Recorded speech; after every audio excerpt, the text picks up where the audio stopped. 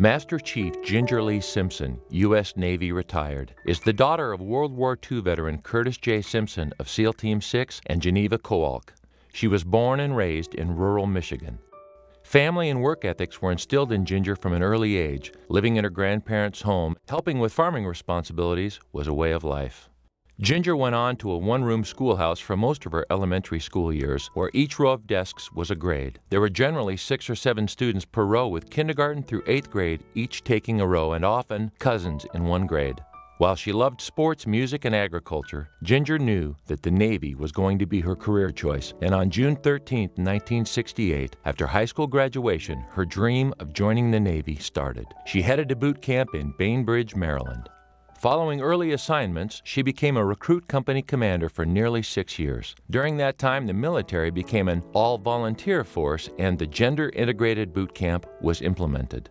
Petty Officer Simpson received recognition as Military Woman of the Year in 1980 and Recruiter of the Year for the Milwaukee Recruiting District. In 1981, she was promoted to Chief and received orders to Naval Air Station, Barbers Point, Hawaii. Several years later, upon her promotion to the rank for Master Chief Petty Officer, she became the 16th female Master Chief in the Navy and was selected to attend the Senior Enlisted Academy in Newport, Rhode Island, where she received the Senior Enlisted Academy Distinguished Graduate Award in 1987.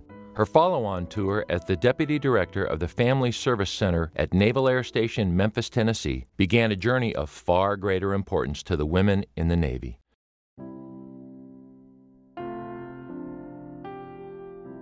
Chosen as one of 6 senior enlisted women advising the Women at Sea Working Group, she made recommendations to the Chief of Naval Operations on the effective use of women at sea and the impact of readiness, as well as the mobility of women in general detailing and rating entry with promotional opportunities. Additional recommendations regarding member-to-member marriages, co-locations, and the impact on fleet readiness, as well as single parents and child care centers, received the group's attention and consideration.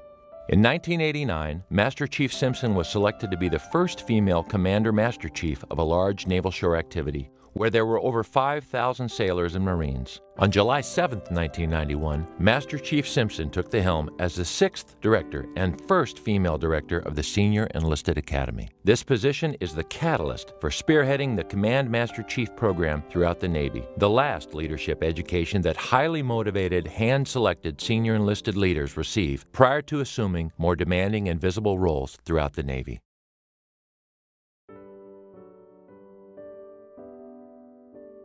Master Chief Simpson is the recipient of the Joy Bright Hancock Inspirational Leadership Award, given to the outstanding commissioned officer and enlisted person who has contributed to the progress of women and the welfare of women in the Navy and Marine Corps. In October 1991, she accepted the responsibility of caring for her 5-year-old nephew who lost his mother to diabetes and father who was unable to care for him. On January 19th of 1992, she adopted 5-year-old Brandon Dwayne Simpson as her son. In late 1992, Master Chief Simpson became the first woman ever nominated for the highest-ranking enlisted position in the Navy, Master Chief Petty Officer of the Navy. She also became the first enlisted woman selected as a member of Women in NATO Forces, which focused on the role of women in the military, the country's progress made in promoting the role of women, reviewing human rights violations, and the importance for countries to raising the awareness of the vital role women play in peace and conflict resolution talks. In 1996, Master Chief Simpson was nominated by Secretary of Defense Les Aspin as the first enlisted woman to serve on Dakowitz. After becoming chairwoman of the Equality Management Subcommittee of Dakowitz, she was asked by Senator Nancy Kassenbaum Baker to serve as a member of the Federal Advisory Committee on Gender-Integrated Training and Related Issues, making recommendations on how best to train our gender-integrated all-volunteer force. Ginger currently serves as the Chief Operating Officer for amaZulu Incorporated, a privately held, woman-owned business. Ginger's hobbies include spending time with her 2 dogs, Sky and Gracie, playing golf, and international travel for pleasure. She also makes time to see the grandkids in Michigan.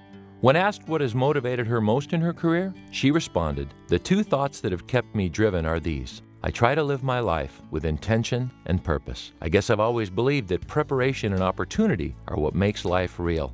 I believe it is vital to remember when you do lose, not to lose the lesson. I've tried to judge my success by what I had to give up in order to get it, and that meant sometimes breaking a window because the door was closed or locked. My mother was my rock, and often her words resonate with me. Moderation in all things, and make your life full of lifelong learning. It's about the generations behind you. It's for those that you must set the example, just as the generations before you have. I think someone said once that you must always take into account that great love and great achievements involve great risk. When asked if she had a favorite song, poem, or passage of literature which had been particularly meaningful in her life, she said, "I love the song by Leanne Womack, I Hope You Dance. In fact, it's the ringtone on my cell phone." And what a dance this has been.